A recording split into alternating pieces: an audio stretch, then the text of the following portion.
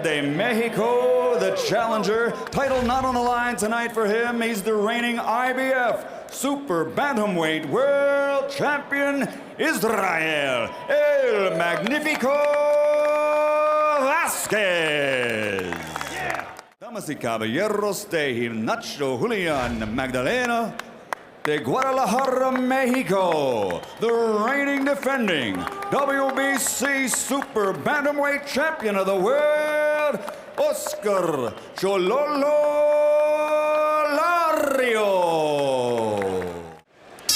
This should be a collision. Freddie Roach, working in Vázquez's corner, says whoever takes control of the fight early is going to win it. Oscar Larios, talk about a throwback, Roy. He's had 60 fights at age 29. I wouldn't be at all surprised if he winds up in the Julio Cesar Chavez neighborhood with 90, maybe 100 fights in his career. I wouldn't even, because it doesn't seem as though he's slowing down at all. Fights the same way he did 4 years ago. There, Vázquez gets him with a left hook and a hard right hand, and Larios goes down. And he was hit while he was down. 6, 7, 8, venga para acá, venga. ¿Está bien? A fighter I know who did that got disqualified. Quick. Roy Jones, first defeat. That was a different time and place. Now let's see if Vázquez can go ahead and take advantage of the early damage he's done. And now Larios lands a left hook that knocks Vázquez back and momentarily off balance. Freddie Roach, the trainer, is convinced that Larios doesn't fight well moving backward, and that's why Vázquez is attacking the way he is. Well, Jim, do you think Larios remembers that punch now? Yeah, and I think that was Vázquez's intent, right? to put him right back into round 1 8 years ago. Remind him early. Seems to have recovered very nicely this time, as opposed to 8 years ago when he was 20 or 21.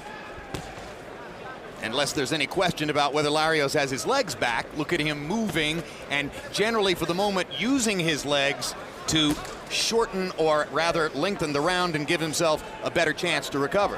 His leg and those long arms. Look at his jab.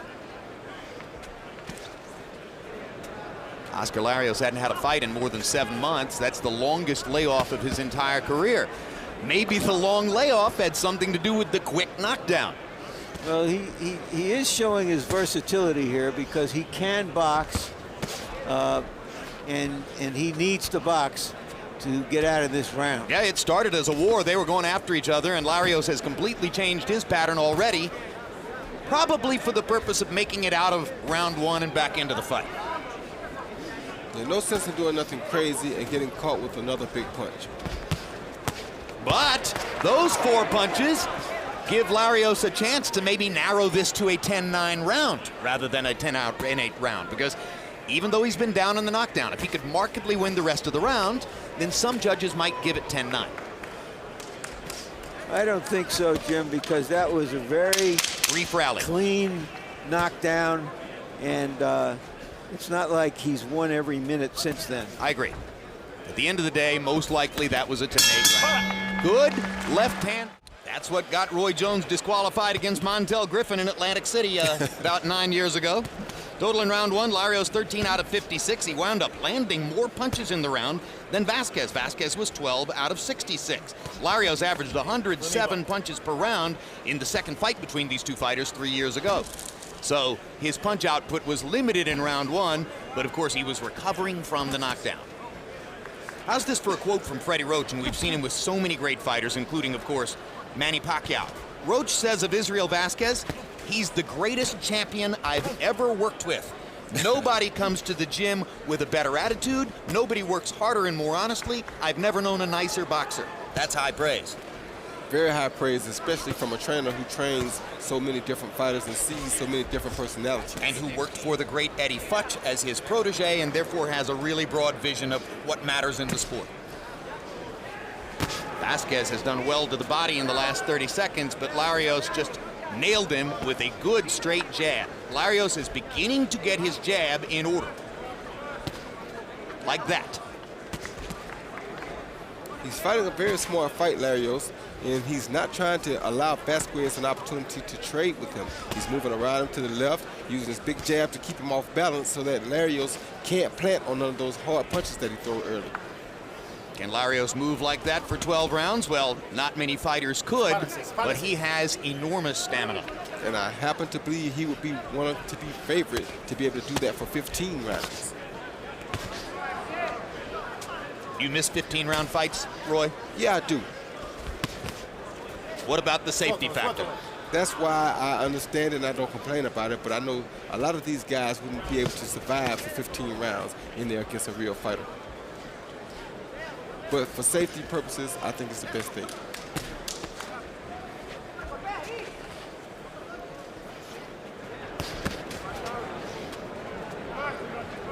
Round 2 has been a tactical round with Oscar Larios moving, rotating to his left, occasionally coming back to the right, landing his jab, looking to mix in other punches, and Israel Vázquez trying to find the close quarters that allowed him to do damage in round 1.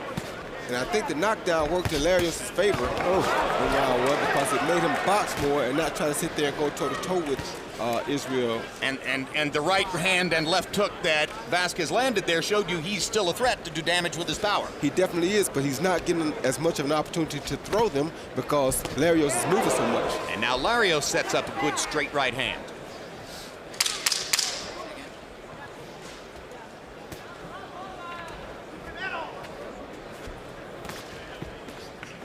Round 2 comes to a close. Moments ago, referee Jay Nady gave instructions. Now here's an understatement. Bernard Hopkins is a better talker than a listener.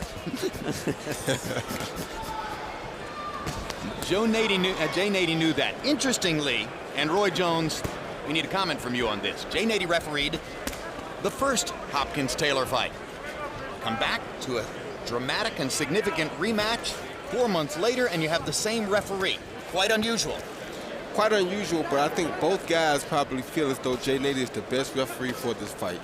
Taylor probably because he feels like Jay Nady is not going to let Bernard get out of hand. Bernard because he wants to prove that I'm not going to cry if y'all just give me what I had last time. So he has a lot of making up to do, and Taylor feels safer. Nady was the referee for your fight with John Ruiz because clearly the Nevada State Athletic Commission did not want that fight to be marred by holding and clinching.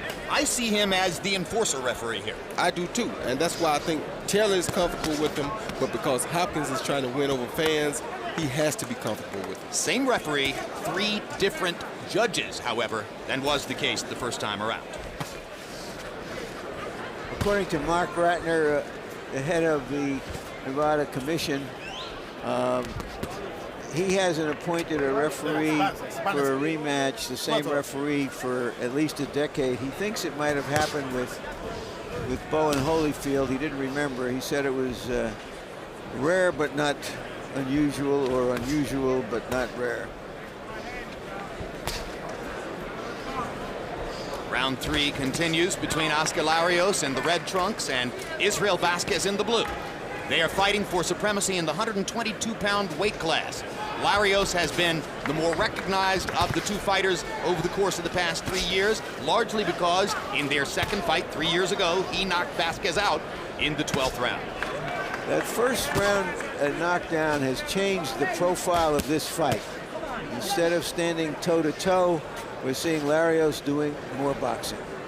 And as Roy Jones said, and I totally agree, it's helped him. It's made him fight a smarter fight. Much smarter fight. He won't throw as many punches because he's using his legs more and he's not in range as much. But it's better for him to not be in range because he's not the stronger fighter here. Wonder why he would have come in at 120 and a half. A pound and a half under the limit. It doesn't make a whole lot of sense to me.